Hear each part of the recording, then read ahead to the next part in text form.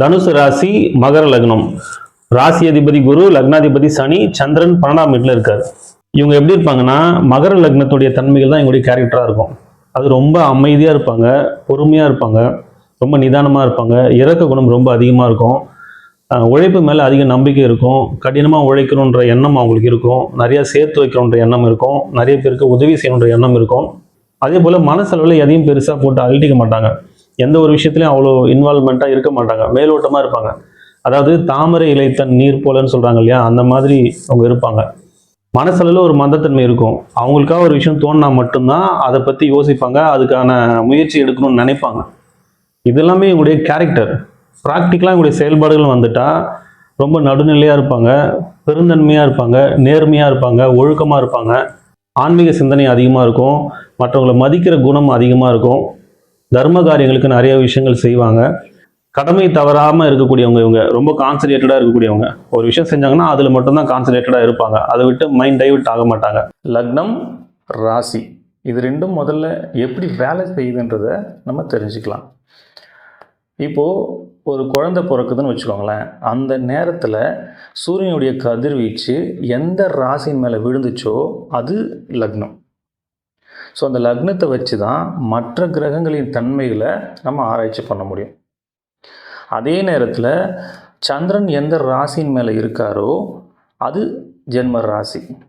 இப்போ ஜென்ம லக்னத்தை வச்சு அந்த ஜாதகருடைய கேரக்டர் எப்படி இருக்கும், அவருடைய சிந்தனை எப்படி இருக்கும், அவருடைய லைஃப் ஸ்டைல் எப்படி இருக்கும், இந்த ஜென்மம் ஃபுல்லாக அவருடைய பலன்கள் என்ன, எந்தெந்த காலகட்டத்தில் எப்படி இருப்பார் அப்படின்றத ஜென்ம லக்னத்தின் மூலமாக நம்ம சொல்ல முடியும்.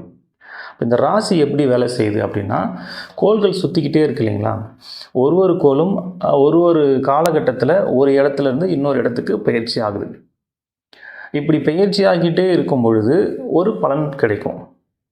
ஒரே கிரகம் ஒரு வீட்டில் இருக்கும்போது ஒரு பலன் தரும், இன்னொரு வீட்டில் இருக்கும் பொழுது வேற ஒரு பலனை தரும். ஸோ இந்த கிரகங்கள் பயிற்சி ஆகும்போது கிடைக்கக்கூடிய பலன்களை சந்திரன் எங்கே இருக்காரோ அதை வச்சு நம்ம கால்குலேட் பண்ணுறோம்.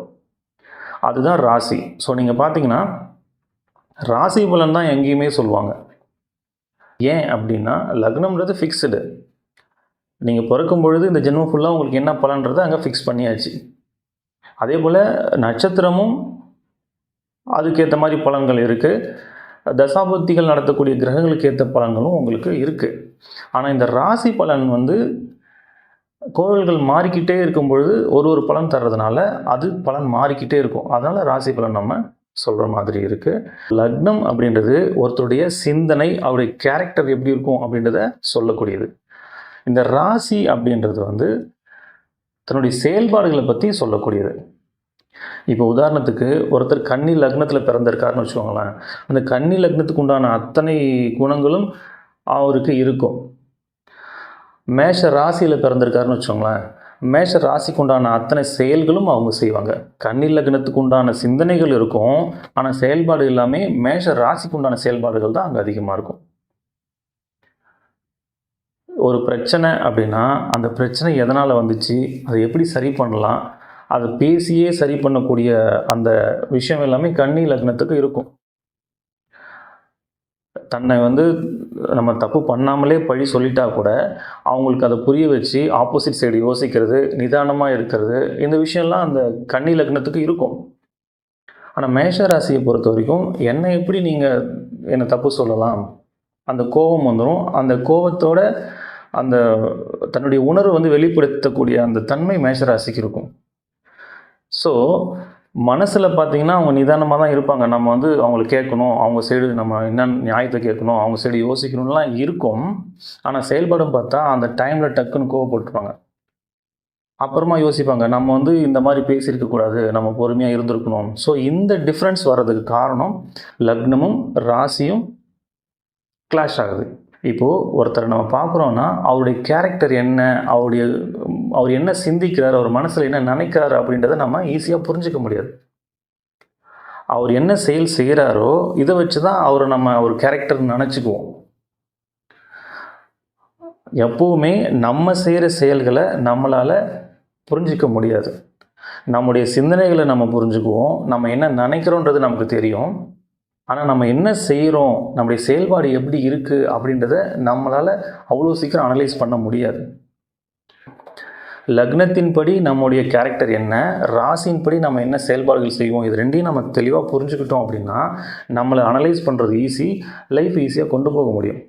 லக்னத்திலிருந்து 12ஆம் வீட்டில் சந்திரன், அதாவது சந்திரன் இருக்கிற இடத்தை பொறுத்து பலன் சொல்றதுக்கு நிறைய விதிகள் விதிவிலக்குகள் இருக்கு. இங்க முக்கியமாக ஒரு விஷயம் சொல்லணும்னா இவங்களுக்கு தூக்கம் ரொம்ப ரொம்ப குறைவாக இருக்கும். ஏதோ ஒரு காரணம், அவங்களுடைய வேலையாக இருக்கலாம், லைஃப் ஸ்டைலாக இருக்கலாம், அவங்களுடைய உடல்நிலையாக இருக்கலாம், மனநிலையாக இருக்கலாம், ஆனால் தூக்கம் ரொம்ப குறைவாக இருக்கக்கூடிய வாய்ப்பு இருக்கும். இது பொதுவான விதி தான். மற்ற கிரகங்களின் அமைப்பு பொறுத்தோ சந்திரனுடைய அமைப்பு பொறுத்தோ இந்த பலன்கள் மாறக்கூடிய வாய்ப்புகள் நிறையவே இருக்குது. சந்திரன் பௌர்ணமி சந்திரனாக இருந்தால் ரொம்ப நல்ல பலனை தருவார், வலதுபுரியாக இருந்தால் நல்ல பலனும், தேய்பிரியாக இருந்தால் கெடு பலனும் தருவார்னு சொல்லியிருக்காங்க. ஸோ உங்கள் ஜாதகத்தில் சந்திரனை பற்றி தெரிஞ்சுக்கணுன்னா சந்திரன்லேருந்து 7ஆம் வீடு மிதுனம், இங்கே சூரியன் இருந்தார்னா இது பௌர்ணமி சந்திரன், சந்திரன் கூடவே சூரியன் இருந்தார்னா அது அமாவாசை. இங்கே கடகத்திலிருந்து விருச்சகம் வரைக்கும் எங்கெங்கேயாவது சூரியன் இருந்தார்னா அது வளர்பிறை சந்திரன், மகரத்திலிருந்து ரிஷபம் வரைக்கும் எங்கெங்கேயாவது சூரியன் இருந்தார்னா அது தேய்பிரை சந்திரன்.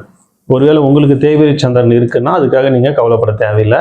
தேய்பிரை சந்திரனை பார்த்து நீங்கள் பயப்படலாம் வேண்டாம். இப்போ ஒரு ஜாதகத்தில் லக்னாதிபதி எப்படி இருக்காரு, நட்சத்திர அதிபதி எப்படி இருக்காரு, குரு எப்படி இருக்காரு, உங்களுக்கு தசாபதிகள் நடத்தக்கூடிய கிரகங்கள் எப்படி இருக்குது, ஸோ இதெல்லாம் பார்த்து இப்போ எந்தெந்த கிரகங்கள் சேர்க்கை இருக்குது, அது மூலமாக என்ன பலன் வருது, இப்படிலாம் நிறைய நம்ம ஆராய்ச்சி பண்ணும்பொழுது உங்களுக்கு பலன்கள் மாறும். பொதுவாக சந்திரன் தேய்பிரையில் இருந்தால் சில சங்கடமான நிகழ்வுகள் நடக்கும்ன்றது அது பொது விதி, அவ்வளோதான். அது எல்லாருக்கும் நடந்தே தீரணும்னு கட்டாயம்லாம் இல்லை. அதுக்காக அது ஒரு பெரிய விஷயமா நினச்சி நீங்கள் கவலைப்பட தேவையில்லை. நீங்கள் ஒரு ஜாதகம் பார்க்க போகிறீங்கன்னா அதில் நல்ல பலனும் சொல்லுவாங்க, கெட்ட பலனும் சொல்லுவாங்க. எவ்வளோ பெரிய நல்ல ஜாதகமாக இருந்தாலும் அதில் கெட்ட பலனும் ஒன்று இருக்கும், எவ்வளோ கெட்ட ஜாதகமாக இருந்தாலும் அதில் நல்ல பலன்களும் இருக்கும். நல்ல பலன்களை சொல்லும்பொழுது எப்போவுமே நமக்கு மோட்டிவேஷனாக தான் இருக்கும். அதே கெடுபலன் சொல்லிட்டாங்கன்னா அதை ஹேண்டில் பண்ண முடியாமல் ப்ரெஷரில் மாட்டிக்கிட்டு அதை செய்யணும்னு நினச்ச விஷயத்த செய்ய முடியாமல் அவங்க லைஃப் ஸ்டைலே மாறி போய் சைக்காலஜிக்கலாக ஒரு பெரிய ப்ராப்ளத்தில் மாட்டிக்கிறாங்க. ஸோ இந்த நேரத்தில் நம்ம எப்படி ஹேண்டில் பண்ணணும், நமக்கு ஒரு கெடுபலன்னு சொல்லிட்டாங்கன்னா அதை நம்ம எப்படி ஹேண்டில் பண்ணணும், அதை முதல்ல நம்ம கற்றுக்கணும். இப்போது நீங்கள் ஒரு ஜாதகம் பார்க்க போகிறீங்க, ஒரு வீடு கட்டவோ இல்லை ஒரு கல்யாணத்துக்காகவோ இல்லை ஒரு பிஸ்னஸ் ஸ்டார்ட் பண்ணுறதுக்காகவோ இல்லை ஏதோ ஒரு முக்கிய முடிவு எடுக்கிறதுக்காக நீங்கள் ஜாதகம் பார்க்க போகிறீங்க. அவங்க உங்களுக்கு 2 வருஷம் நேரம் சரியில்லைன்னு சொல்லிட்டாங்கன்னு வச்சுக்கோங்களேன். இப்போ இந்த நேரத்தில் சில பேர் என்ன பண்ணுவாங்கன்னா, இந்த 2 வருஷம் நமக்கு நேரம் சரியில்லை, அந்த 2 வருஷம் நம்ம எதையுமே பண்ணக்கூடாதுன்னு ஒதுக்கி வச்சுருவாங்க. இன்னும் சில பேர் என்ன பண்ணுவாங்கன்னா, நேரம் சரியில்லை ஆனால் நம்ம செய்கிற விஷயத்த செய்யாமல் இருக்க முடியாது, நம்ம செஞ்சு தான் ஆகணும் அப்படின்னு சொல்லி பயந்துக்கிட்டே செஞ்சுருவாங்க. இன்னும் சில பேர் என்ன பண்ணுவாங்கன்னா, நேரம் சரியில்லைன்னா என்ன, நான் செய்கிறத செய்வேன் அப்படின்னு செய்வாங்க. ஸோ இந்த மாதிரியான மனநிலைகள் எல்லாமே ஒரு தவறான ஒரு முடிவை தான் ஏற்படுத்தும். இதை எப்படி ஹேண்டில் பண்ணணும் அப்படின்னா, இப்போது 2 வருஷம் நம்ம நேரம் சரியில்லைன்றதுனால எதையுமே செய்யாமல் 2 வருஷம் கழித்து நமக்கு நேரம் நல்லா இருக்கும் பொழுது நம்ம ஒரு செயலை செய்ய போகிறோம், ஒரு பிஸ்னஸ் ஸ்டார்ட் பண்ணுறோம் அப்படின்னா அங்கே 1000 ரூபாய்க்கு உழைச்சிங்கன்னா அந்த 1000 ரூபாய் உங்களுக்கு கிடைக்கும். ஆனால் அந்த 2 வருஷம் சும்மா இல்லாமல் நீங்கள் உங்களுடைய உழைப்பு அதில் போடுறீங்க, 2 வருஷம் கழித்து உங்களுக்கு டைம் மாறுது அப்படின்னா இந்த உழைப்பு நீங்கள் இதில் போடுறீங்க இல்லையா, அந்த உழைப்பு போடும் பொழுது 1000 ரூபாய்க்கு உழைப்பு போடுறீங்க, 10 ரூபாய் தான் கிடைக்கிது. அப்போ அந்த நேரம் மாறுற வரைக்கும் அதை நீங்கள் ரன் பண்ணி கொண்டு வரணும்ல. இப்போ 10 ரூபாய் தான் கிடைக்குதுன்னா உங்களால் அந்த பிஸ்னஸே ரன் பண்ண முடியாமல் அதை நம்ம ஷட் டவுன் பண்ணிட்டு போகிற மாதிரியான சூழல் உருவாகிடும்ல. அப்போ இது மாதிரி நம்ம செய்ய முடியாது. அப்போ என்ன செய்யணும்னா, இந்த 2 வருஷம் சும்மா இருக்க முடியாது, அதுக்கு நம்ம ஒரு பிஸ்னஸ் ஸ்டார்ட் பண்ண போகிறோன்னா அதில் பெருசாக பாதிப்பு ஏற்படாத மாதிரி நம்ம பரிகாரங்கள் பண்ணிக்கலாம். இப்போ பரிகாரம் பண்ணுறதுனால சுத்தமாக நமக்கு அது நஷ்டமே ஆகாதான்னா கண்டிப்பாக நஷ்டங்கள் இருக்கும். கெட்ட நேரத்தில் நமக்கு ஒரு கெட்டது நடக்கணும்னா அதை தவிர்க்கவே முடியாது.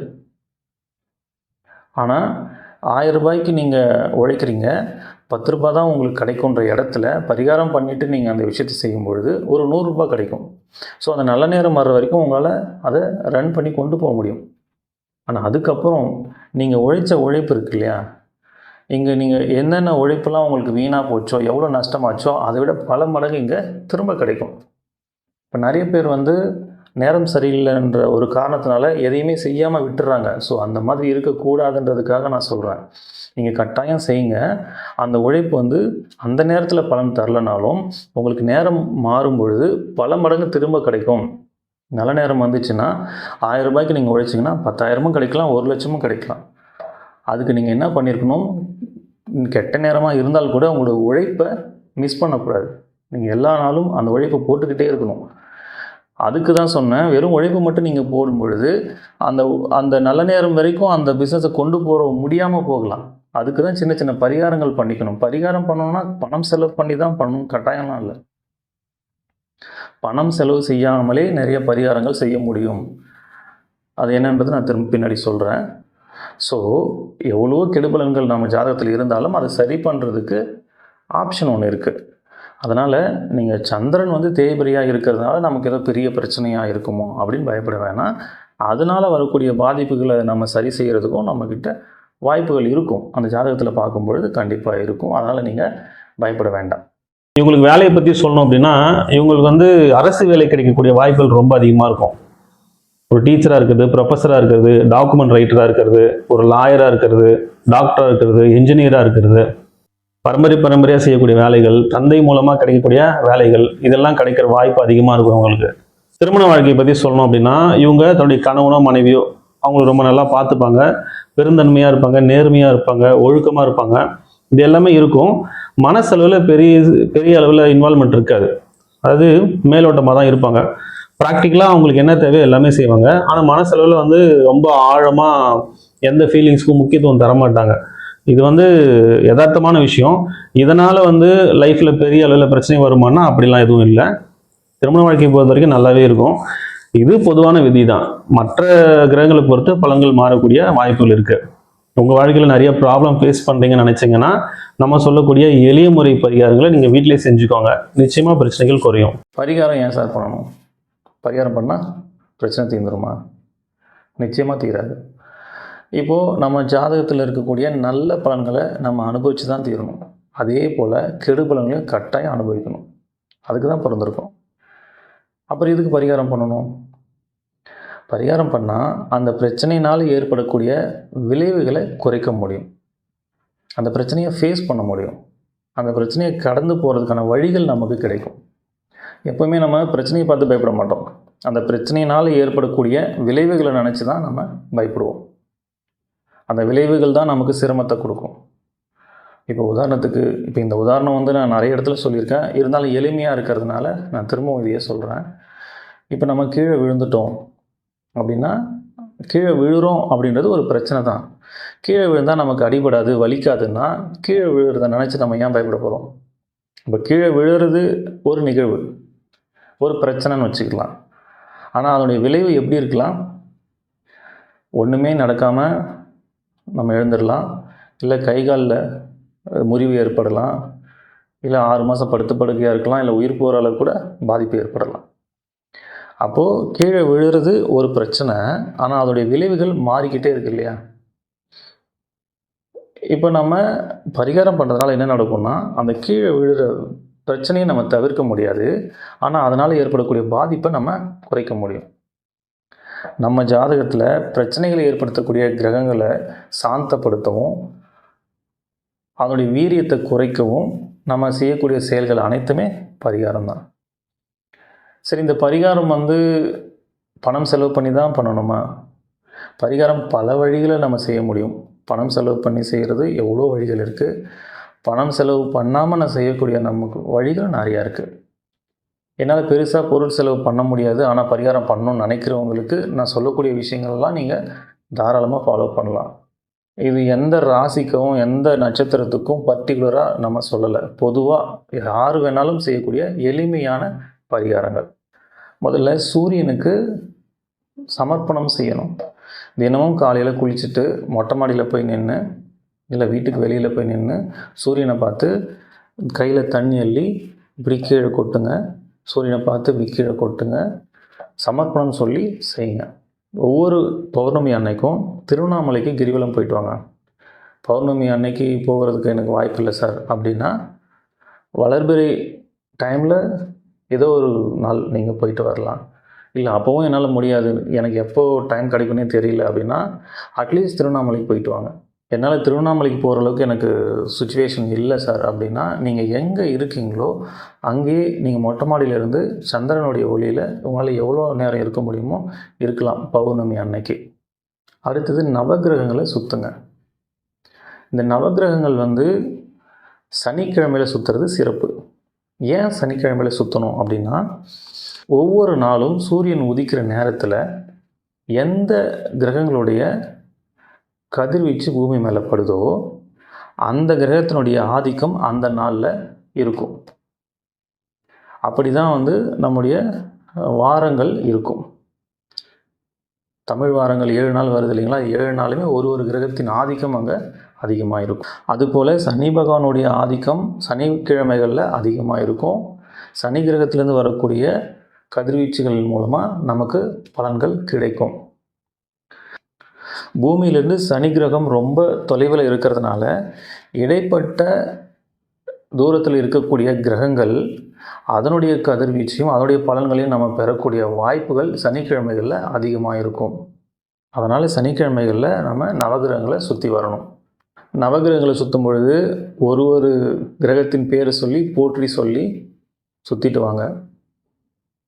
சூரிய பகவானை போற்றி, சந்திர பகவானை போற்றி, செவ்வாய் பகவானை போற்றி, புத பகவானை போற்றி, குரு பகவானை போற்றி, சுக்கிர பகவானை போற்றி, சனி பகவானை போற்றி 7 சுற்று கிளாக் வைஸ் சுற்றணும்.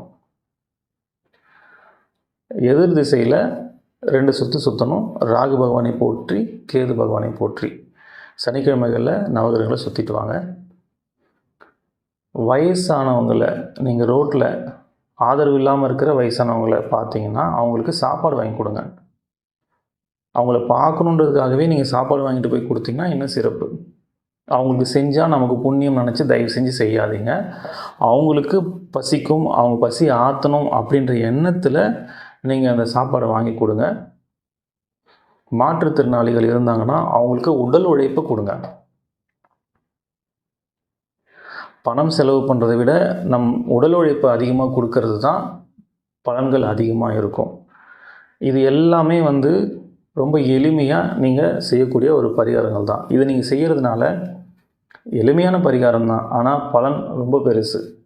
நீங்கள் செஞ்சு பாருங்கள், உங்களுக்கு நிறைய பலன்கள் கிடைக்கும். இல்லை சார் எனக்கு இது பண்ணுறதுக்கான வாய்ப்புகளே எனக்கு இல்லை அப்படின்னு இருந்தீங்கன்னா, நீங்கள் எந்த நட்சத்திரம் எந்த ராசியாக இருந்தாலும் எதை பற்றியும் கவலைப்படாதீங்க. முருகனை கெட்டியாக பிடிச்சிக்கோங்க. மனசார முருகனை வேண்டி குருவாய் வருவாய் அருள்வாய் குகனே இதையே திரும்ப திரும்ப சொல்லுங்கள். இதை விட பெரிய பரிகாரம் எதுவும் இல்லை. அதாவது நிறைய வழிகள் இருக்குது. எதுவுமே பண்ண முடியாமல் இருக்கிறவங்களுக்கு இதுதான் பரிகாரம். சரிங்களா? இதையெல்லாம் நீங்கள் ஃபாலோ பண்ணுங்கள். நிச்சயமாக உங்கள் வாழ்க்கையில் பெரிய மாற்றம் நிகழும்.